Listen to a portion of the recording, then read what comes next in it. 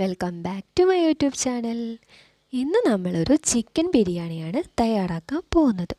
അപ്പോൾ അതെങ്ങനെയാണ് തയ്യാറാക്കുന്നത് നോക്കിയാലോ.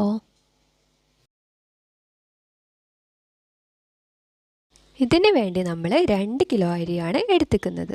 ഇതുപോലെ ഒരു കപ്പിലാണെങ്കിൽ 1 കപ്പ് അരി. 2 കിലോ അരിക്ക് 2 കിലോ ചിക്കനാണ് നമ്മളിവിടെ എടുക്കുന്നത്. നമ്മളിവിടെ ചിക്കൻ പൊരിച്ചിട്ടാണ് ബിരിയാണി ഉണ്ടാക്കാൻ പോകുന്നത്.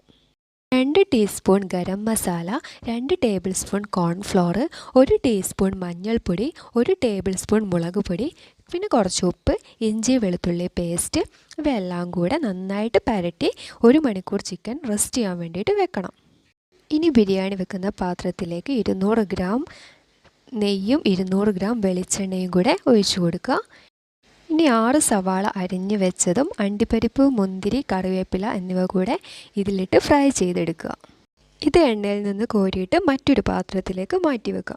അവസാനം ദമ്മിടാൻ വേണ്ടിയിട്ടുള്ളതാണിത്. ഇനി നെയ്യ് ഒഴിച്ച് വെച്ച ഈ പാത്രത്തിൽ തന്നെ 10 ഏലക്കയും 4 പീസ് കറുവപ്പട്ട, 10 ഗ്രാമ്പു, കുറച്ച് കറിവേപ്പില, നേരത്തെ അരി അളന്ന കപ്പിൽ 1.5 കപ്പ് വെള്ളവും 1 ക്യാരറ്റ് അരിഞ്ഞതും പിന്നെ കഴുകി വെച്ച അരിയും കൂടെ ഇതിലേക്ക് ചേർത്ത് കൊടുക്കുക.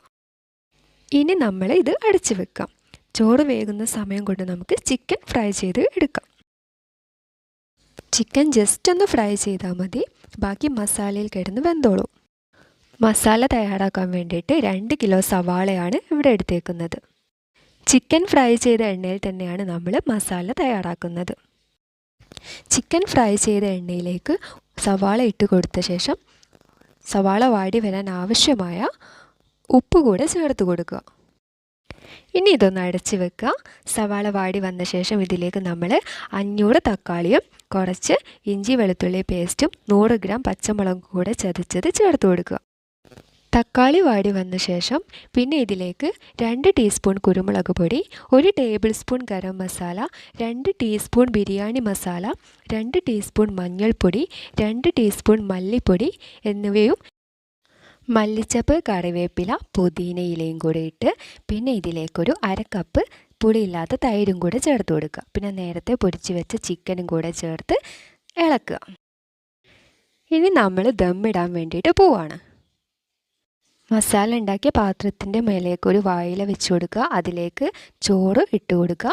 പിന്നെ നമ്മൾ നേരത്തെ ഫ്രൈ ചെയ്ത ഉള്ളി മാറ്റി വെച്ചില്ലായിരുന്നോ, അതിലേക്ക് കുറച്ച് മല്ലിച്ചപ്പും പുതിനയും കുറച്ച് ഗരം മസാലയും കൂടെ ചേർത്ത് മിക്സ് ചെയ്യാം. ഇനി ഇത് ചോറിൻ്റെ മേലേക്ക് ഇട്ട് കൊടുക്കുക. ഇനി ഒരു ചെറുനാരങ്ങ നീര് എടുത്തിട്ടുണ്ട്, അതിൻ്റെ പകുതി ഒഴിച്ചു കൊടുക്കുക. ഇനി 50 ഗ്രാം നെയ്യ് കൊണ്ടാണ് നമ്മൾ 2 ലെയർ ദമ്മിടാൻ പോകുന്നത്.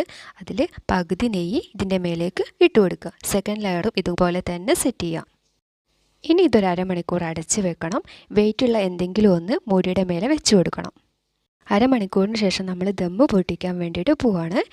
ഇതുപോലെ ചോറ് മാറ്റി കൊടുക്കുക. പിന്നെ ഒരു മസാലയുടെ നെയ്യ് ഉണ്ടാവും, അത് ചോറിലൊന്ന് മിക്സ് ചെയ്ത് കൊടുക്കുക. ഇനി ഒരു പാത്രത്തിലേക്ക് നമ്മൾ വിളമ്പാൻ പോവാണ്. ഇനി ഒരു സാലഡ് തയ്യാറാക്കിയാലോ. വേണ്ടിയിട്ട് ക്യാരറ്റ്, സവാള, പച്ചമുളക്, മല്ലിച്ചപ്പ്, കുറച്ച് ഉപ്പും കൂടെ ചേർക്കുക. പിന്നെ ഇതിലേക്ക് തൈര് ഒഴിച്ചു കൊടുക്കുക. എന്നിട്ട് നന്നായിട്ട് മിക്സ് ചെയ്യുക.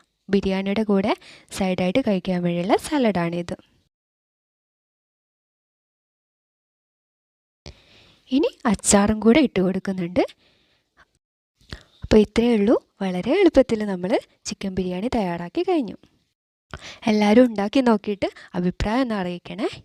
വീഡിയോ ഇഷ്ടപ്പെടുവാണെങ്കിൽ ലൈക്ക് ചെയ്യാനും ഷെയർ ചെയ്യാനും നമ്മുടെ ചാനൽ ഒന്ന് സബ്സ്ക്രൈബ് ചെയ്യാനും മറക്കല്ലേ. അപ്പോൾ അടുത്ത വീഡിയോ ആയിട്ട് വീണ്ടും കാണാം. അതുവരെ ബൈ.